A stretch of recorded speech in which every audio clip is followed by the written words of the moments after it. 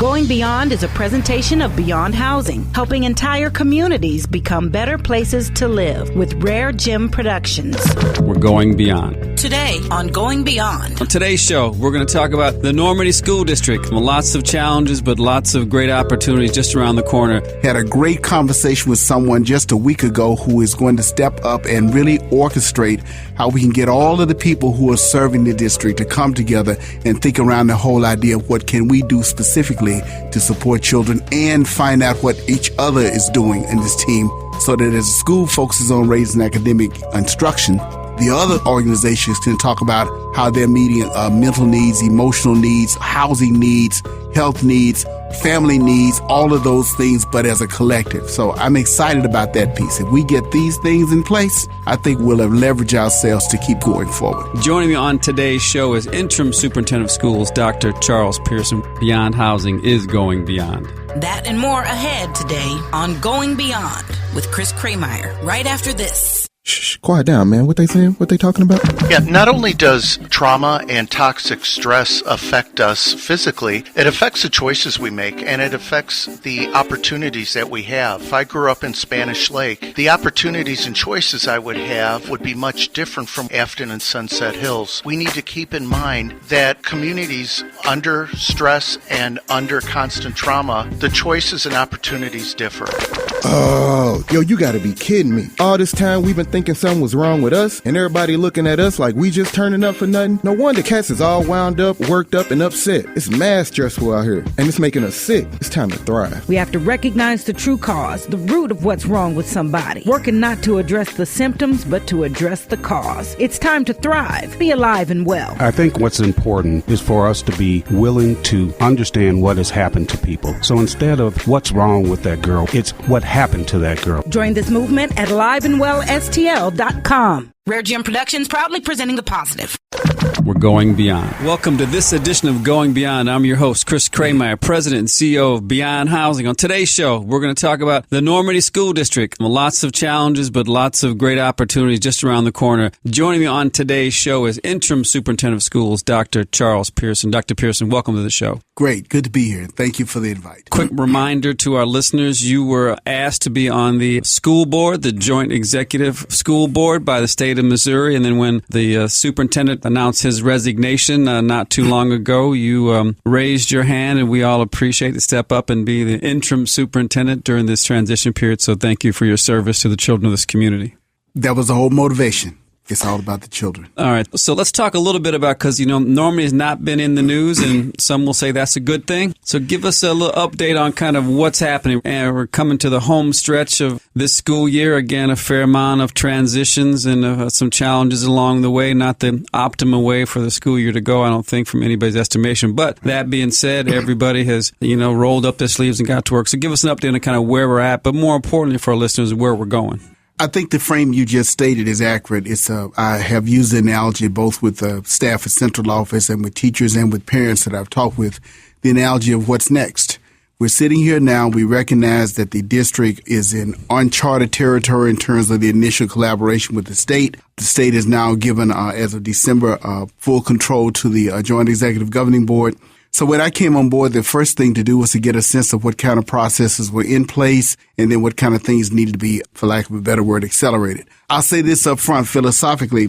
We're in the second of 6 semesters that were granted to us in order to turn the district around. And so it was important for all of us that while we're working on looking for that transformational leader, we not lose in any way any momentum this particular semester. So I've had the opportunity to take a look around the district, to look in classrooms, to meet with leadership. And I can tell you what's really exciting for me. There are some pockets of excellence in the district. There are some teachers who are superb. There are some teams that are superb. And what we are doing now is revamping how to be sure that the next 90 days are going to be effective. So we are identifying curriculum already. We refocused the staff on priority standards. Basically, those are those broad, bigger driving ideas that kind of permeate the whole curriculum. And we're equipping teachers to do that particular piece. Our teams are working around how to look at student performance data and make really good decisions about changes that need to be made as we move forward. And we're also already thinking about what the district should look like next year. So even with another leader coming in, what we recognize is if we have a solid system in place, They don't have to come in and redo, and undo. They can take up what we've already established and go forward. So along those areas, I'm really excited. It's interesting. We're talking in terms of beyond housing. One of the things that we know for our district is that we have children who are ready to learn, who often come with lots of challenges that schools are not equipped to address. And so we often use the phrase wraparound services. I have been thinking for a while about how to take a collective impact approach to this. Had a great conversation with someone just a week ago who is going to step up and really orchestrate how we can get all of the people who are serving the district to come together and think around the whole idea of what can we do specifically to support children and find out what each other is doing in this team so that as the school focuses on raising academic instruction, the other organizations can talk about how they're meeting mental needs, emotional needs, housing needs, health needs, family needs, all of those things, but as a collective. So I'm excited about that piece. If we get these things in place, I think we'll have leveraged ourselves to keep going forward. You also have a couple of events just around the corner. I know you wanted to make sure listeners knew about, and particularly folks who have children attending the Normandy schools. You want to give us a little info about those two events around the corner? Yes, I do. First, on March the 7th, the first Saturday of this month, this weekend, as a matter of fact, that event is going to be an open board meeting that is going to be a strategic planning session. And what that means is we've invited some individuals almost as an internal think tank to come together to do some specific work around determining what do we want this district to look like. So when that new leader comes on board, the board can say, this is where we want to go. It's open to the public as a regular meeting, but then the meeting will pretty much take on a fishbowl context where citizens can listen as we do the work. You know, at certain points, there'll be opportunities for insight and input from them. But the primary work is going to be around a team of people that's being invited. And that's the location of that? The location is the Lucas Crossing Elementary Center. The second event that is critical is going to be on the March 12th, our first regular board meeting. That's going to be a parent forum night. And it's also going to be at Lucas Crossing with the intent of us doing some follow-up. The last time we had a parent forum was in October.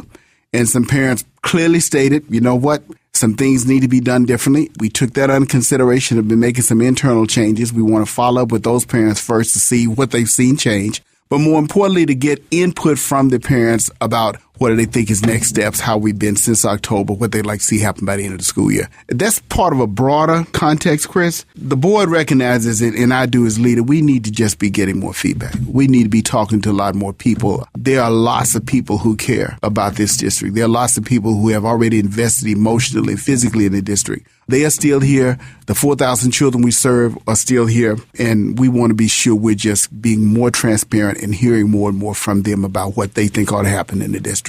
One of the interesting things that when I try to remind people of this fact that people are surprised that over 80% of the children and their families decide to stay. Literally everybody could have left if they so wanted to based upon the accreditation status of the district. Exactly. But over 80% decided to stay. Yes. And a lot of the discussion around quality education seems to be only for the children that have left versus the children that are remaining. Yes. So let's talk a little bit about this tuition transfer situation that right now the state legislature is focusing on, and you know what we have asked for as a community is a fixed number, right, somewhere around that 7,200 figure, which has been the voluntary interdistrict transfer figure for over 2 decades. That seems to be fine with everybody, but all of a sudden, when it comes to Normandy and Riverview, it apparently is not fine. Talk a little bit about, and I don't want you to get into politics of that, right? Sure. But just into the planning as a school district, as a business that's trying to determine how are we going to do what we're supposed to be doing, in this case, teach the children who come to our school each and every day. Well, it's interesting you mentioned that. We've been having some very serious discussions because when the transfer issue began, needless to say, you know the history, it put the district in a financial crisis state of mind.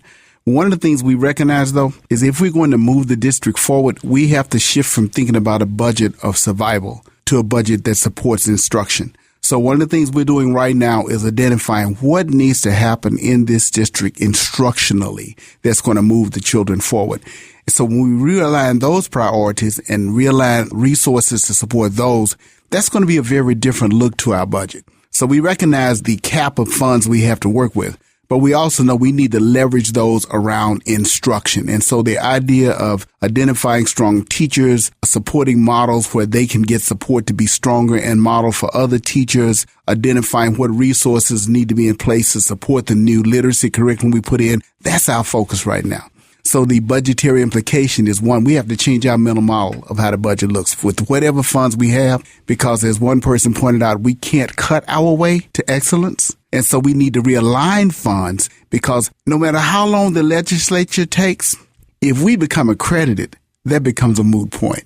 There you go. And so our short-term goal, and I want to stress this, the language of accreditation is real for us. We have been given 6 semesters, but we have been framing it as accreditation is a measure of a changed academic environment. The changed academic environment is what we're aiming for. And that's beyond the 3 years. That's the 5 years. That's the 10 years. But if we begin to transform that environment, then when accreditation time comes around, it will just simply recognize that transformation. We'll be back, at least our provision, we'll be back accredited. And then we go forward with creating the district our children deserve. Again, for our listeners who may not be aware of this, one of the current bills in our state capitol that deals with the tuition figure and everything else also will accredit school districts by building. Mm-hmm. And I've been told from a by building standpoint that a majority of the elementary schools in Normandy should be okay, right? Again, this is all just early in the game. We don't have any official data yet. But the elementary schools, if they're not accredited, they're awful doggone close. And then we really have the middle school and the high school where the challenges rest. So I think preconceived notion, you hear unaccredited, you assume everything, is problematic. And the reality is we have 2 schools where we have the issues that manifest themselves at home and in the community really present themselves at middle school and at high school. So talk a little bit about this mistaken notion that nowhere in Normandy can children get a good education, which is absolutely wrong. Well, you stated it well, and I would have to say this, that particular scenario of moving performance at the middle and high school is not unique to Normandy. That is generally the places where most districts struggle. It's just a fact. It is a true fact. However, I will say this. We acknowledge this, that all of the schools can be moving forward. Even the ones who are in better shape, we're still meeting and working with everybody to move it forward, because that's what's the most important part, that we have to have the progress until it becomes building by building accreditation. We accept the fact that the whole district needs to move. And the other piece about that is that our children deserve it. If I step away from the model of what MSIP 5 has produced,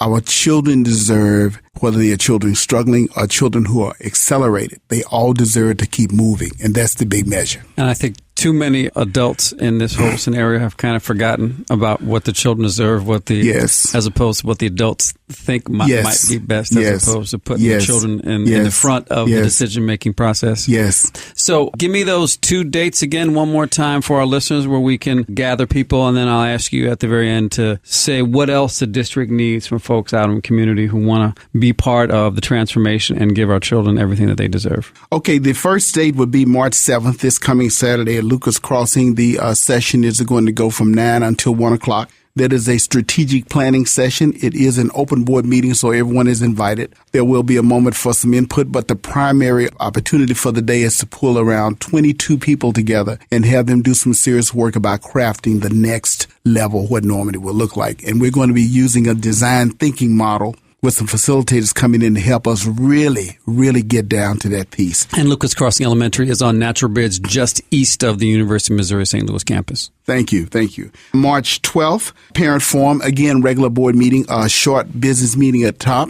And then after that, again, at Lucas Crossing Elementary Center, we will then be talking with parents. But we're not going to do just a panel piece. We're going to break people into tables and really create this like a strategic thinking session, so that after parents share, there'll be a board member and an administrator at each table looking to get some parent liaisons involved, PTO people, and really make it a working session with a report out at the end. So we will now begin to engage more voices in the problem solving. So those are the 2 big events coming. That sounds like a great community engagement process you just outlined in that. Been waiting to do it. In that last meeting. So now if we have folks who are listening, whether they be parents or guardians or friends or family of Normandy students or anybody else who wants to help and lend a hand, is there anything that they can do? We had a volunteer fair not too long ago that certainly netted about 35 people who volunteered, and they certainly have a place to serve on their campus. But I want to talk very clearly about something that every single parent and every single family can do. This is one that's near and dear to my heart. The data shows us that a number of the students in our district are struggling readers. And we know that reading, it goes beyond the phrases of reading is fundamental. Reading is a critical life skill. It always has been, but it's even more so in the 21st century. My focus for the next 2 weeks is going to be the completion of a plan we are able to leverage reading outside of school. So even as I'm talking about this now, I was typing last night and sending it to people for feedback. I envision parents or family or even other institutions supporting reading outside of school. The research says that as much of an impact as a good teacher has, as a principal has, and as a building has, the parent and the home have the greatest impact. And so if I could list 4 or 5 things that parents need to just begin doing right now, you don't have to have 2 degrees to do it. It's a natural skill. The number one, parents need to be sure they communicate a value of education to children. Children need to hear from them that it matters if you get an education. Even if a parent is a dropout, they can say to a child, if I had stayed in school, or I'm going back to school and here's why. The second thing is that parents need to be sure that there's a place where children can do homework. And this isn't fancy.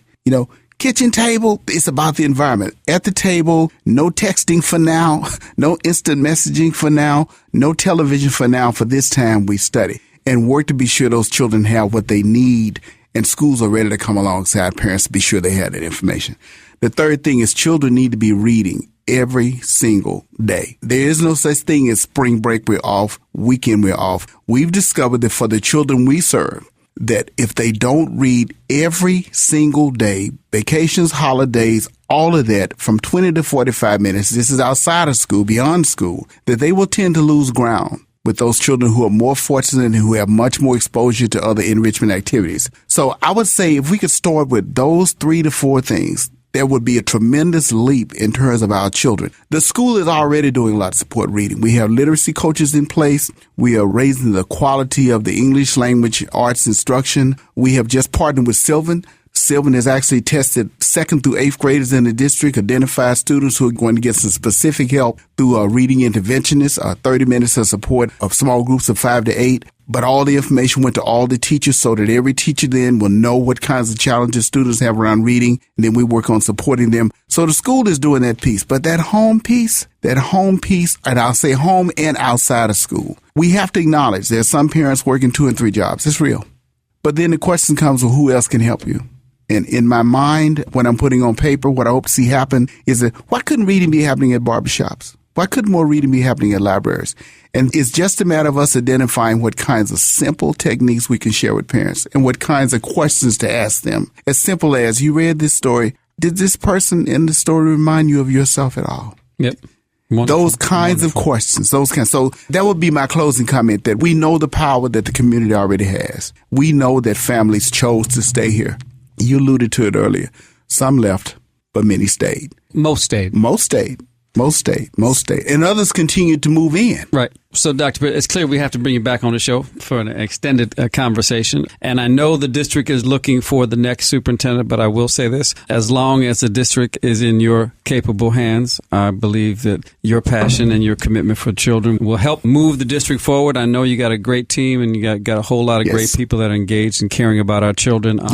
I look forward to moving forward. I look forward to being a part of whatever the district decides to do. And I thank you for being on the show. My pleasure. We're going beyond. Going Beyond is a presentation of Beyond Housing, helping entire communities become better places to live with RareGem Productions. Proudly promoting, presenting, and producing positive programming. Neighborhood is where you live, and we want to keep it strong and vibrant. This is Chris Krehmeyer with Beyond Housing. We are going beyond. Chris Krehmeyer, President and CEO of Beyond Housing. Located at 4156 Manchester, phone number 314-533-0600. The only organization in the St. Louis region that offers access to affordable housing. Wherever we work, our goal is to help transform people, families, and communities so that they achieve the skills, strategies, resources, and commitment to succeed for the long term. See our work at beyondhousing.org. Podcast for Going Beyond can be heard, downloaded, and shared by visiting hallelujah1600.com. Listed under the music tab, on demand. Going Beyond is another positive production of RareGem Productions.